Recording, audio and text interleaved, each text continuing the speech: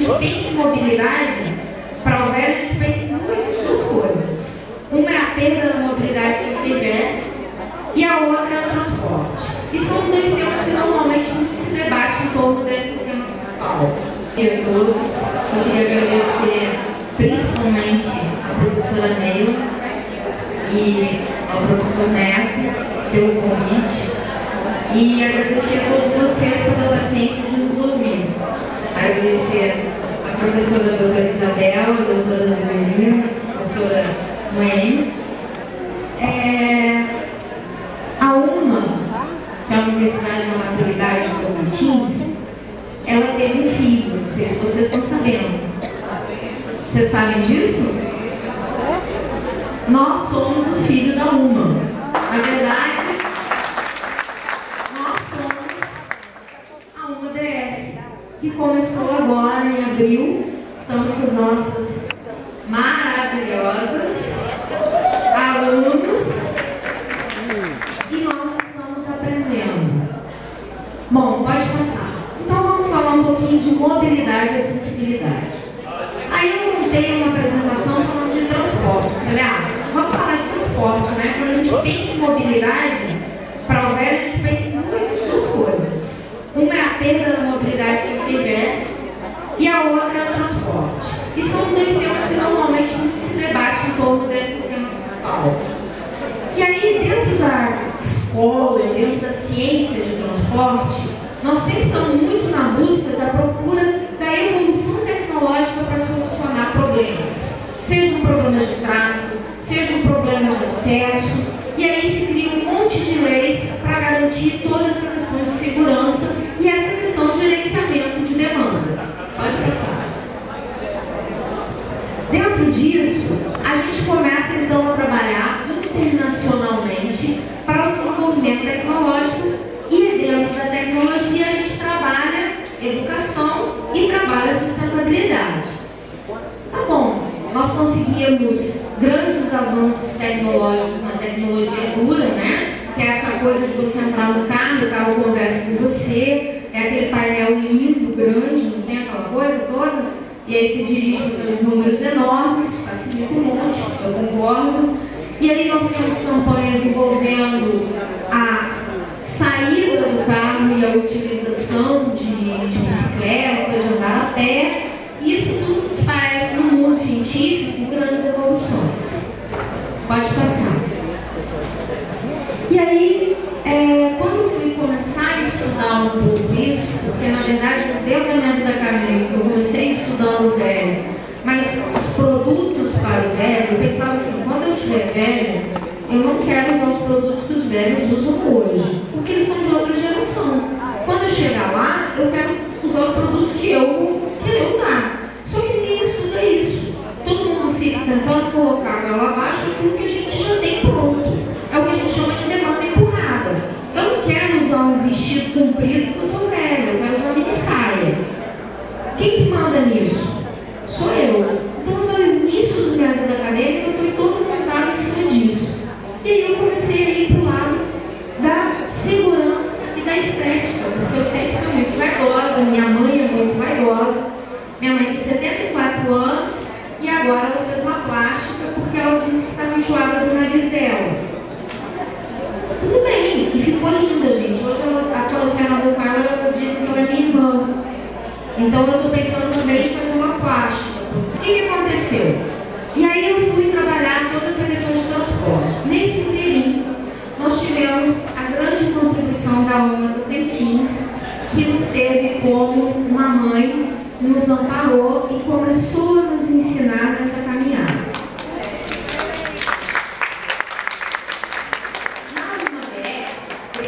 Na UMA DF, o que nós estamos fazendo junto com a UMA Tocantins? Nós estamos trabalhando 3 questões: extensão, ensino e pesquisa.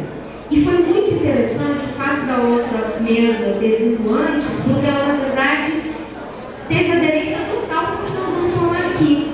Nós não conseguimos fazer nada disso sem políticas públicas. Só que hoje nós temos uma inversão de políticas públicas. Dentro das nossas pesquisas conjuntas, nós trabalhamos a questão do aspecto legal, a questão do idoso da mobilidade, da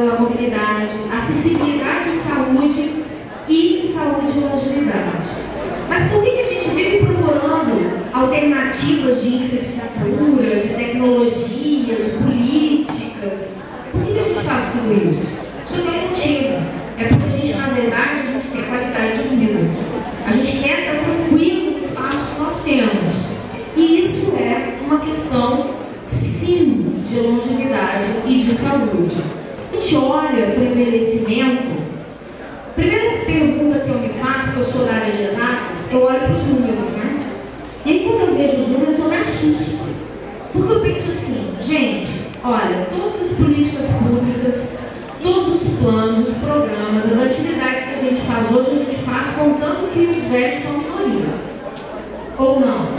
Nós somos minoria. Ah, põe lá uma cadeira especial para o velho no ônibus, porque ele é minoria. E amanhã, quando a gente for maioria, o que a gente vai fazer? A gente vai se empilhar sentado? Porque hoje já não se respeita isso. E amanhã, quando nós formos os mandatários, que política é essa que não prevê amanhã? Então, e nós somos o amanhã. Como a professora Nela mesmo falou, nós somos os velhos de amanhã. Eu tenho 41 anos, faço 42 semana que vem. E eu sempre penso que eu sou velha, mas que a minha filha também vai ser velha. E que meu pai já é. Então, quando eu penso nessas questões de transporte, de mobilidade, acessibilidade, é nisso que eu penso. Só que nós não fomos preparados. As gerações de vocês não foram preparadas para isso. Então, exatamente. Então, quando a gente pensa nisso, a gente tem que entender uma evolução das coisas. Não adianta eu querer colocar uma política pública que vai atender a gente 5 anos. Tá bom, hoje eu estou com 60, 65, já sou um velho e eu tenho uma política pública que me atende. Mas quando eu tiver 80, eu vou ter um monte de gente com 65 e eu vou ter que entrar no tapa com essas pessoas para poder usufruir um direito que é de minoria para poder ser uma maioria. Então eu também tenho que pensar que mesmo no ciclo de vida enquanto velho, eu também vou envelhecer de novo, vou continuar envelhecendo. Ou como a professora Nela falou, eu vou morrer. E isso a gente não aceita, porque a gente quer qualidade de vida e quer longevidade. Quando a gente pensa nisso, eu fico olhando para as leis que nós temos hoje, gratuidade do transporte coletivo urbano, sendo urbano de pessoas de 65 anos. Lindo! Aí você para na parada, mostra a carteirinha, o que o motorista do ônibus faz? Sai correndo. Não para. Por 2 motivos. Um, porque você não paga. Será que você não paga? Claro que paga, gente. O tanto de imposto a gente paga, claro que você paga. Mas teoricamente você não paga. E segundo, porque você não é um atleta, né, das Olimpíadas e consegue subir naquele ônibus impossível, que nem criança, nem jovem, nem idoso, nem ninguém sobe naquilo com segurança, super mega rápido, porque ele não é um motorista jovem. Ele é um corredor de Fórmula 1. Essa é a política que nós temos para os nossos motoristas. E aí, dentro disso, a gente tem uma série de legislações que são lindas, né? Estacionamento público e privado, 5% para os idosos. Que lindo! E quando a gente for maioria, o que a gente vai fazer? A gente vai bater no carro que está lá, vai passar em cima, vai brigar. E aí, de legislação, eu tenho um trabalho publicado na revista de transporte público e faz um caminho aí cronológico dessas legislações, faço uma crítica, porque a gente tem degraus enormes, tá vendo? Chega a ter 9 anos sem legislações prevendo a questão de mobilidade e acessibilidade. E aí nós temos uma política linda de mobilidade urbana, que foi publicada em 2012, para entrar em vigor em 2014. Eu não vejo grandes diferenças na prática ainda. Excelente para essa geração que está sentada aí, pode não servir para mim. Não dá para botar um macacão, uma pessoa magrinha, numa pessoa gordinha que nem eu. Não existe, não cabe. E aí a gente fala de acessibilidade. Acessibilidade é a facilidade maior ou menor de acessar o local. A microacessibilidade é quando a gente está falando de um espaço específico. E a mobilidade é como a gente faz esses deslocamentos. Pode passar. E aí, dentro da fase idosa, quanto mais velha a gente vai ficando, e eu já estou saboreando isso, a gente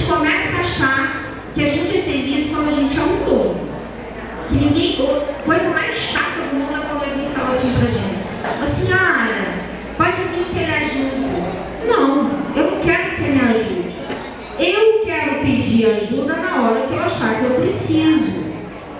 E não ser infantilizado. Eu não sou criança.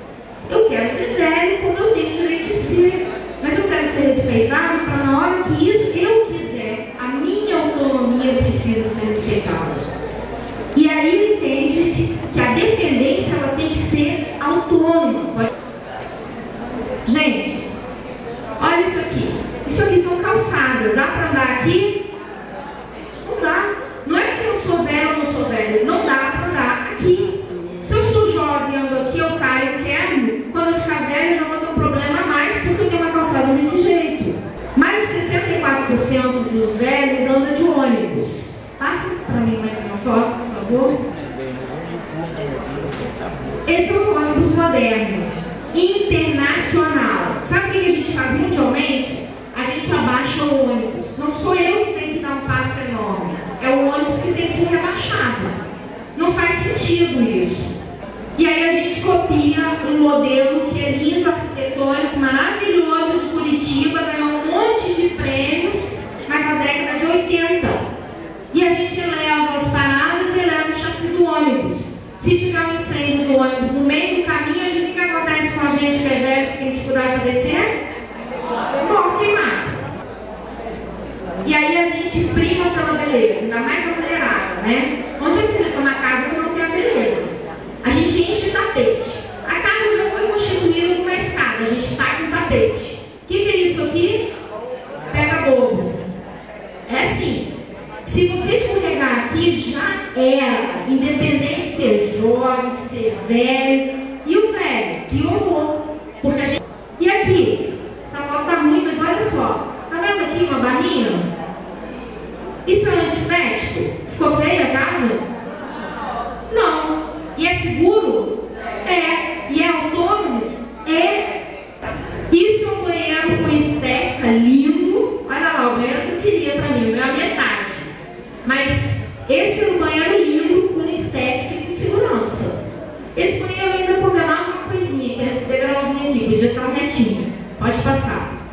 Mas de todos, os melhores. Bom, naquele banheiro vocês viram o tapete? Viram? Não. Mas tá bonito, né? Para que é que a gente enche de tapete a casa da gente? Para que é que a gente põe a panela na hora de cozinhar lá embaixo, que é para depois morrer para se abaixar, né? E depois morrer para levantar? Para quê que a gente faz isso? Para que é que a gente põe o negócio lá em cima para subir no banquinho e ficar balançando? Isso chama-se microacessibilidade. A gente fica brigando por políticas públicas, mas a primeira política que a gente precisa mudar é dentro de casa. Você sabia que aquela calçada que está lá é culpa nossa? Quem faz calçada? É o Estado ou somos nós? Nossa, a obrigação é nossa. Se você tem uma casa, a calçada da frente é sua. E quem que deixa a calçada daquele jeito? Quem que faz o meio-fio fora da norma? Quem que põe uma lixeira no meio? Ou planta uma... É tão bonito flor, né? Vamos plantar um ipê amarelo na porta da minha casa. Não é o lugar, gente. Essas coisas a gente pode e deve mudar. Por isso, eu vou finalizar, vou agradecer a vocês e vou mostrar para vocês, pode passar. Que essa é a nossa norma, que acabou de sair, vocês não precisam decorar porque tem um monte de número lá, mas algumas coisas são importantes na hora da gente fazer a nossa banheiro, na hora da gente escolher nossos móveis, na hora da gente andar na rua, fazer a nossa calçada. Ela entra em vigor agora dia 15. Ainda tem muita coisa para discutir, porque na verdade muitas dessas normas são feitas por acadêmicos que não são velhos, que não são pessoas que entendem na prática, e falta vocês, falta a gente com uma cadeira expressiva nessas discussões. Porque se a gente não quer cair, não quer ter problema para frente, a gente precisa aprender sobre isso. Obrigada.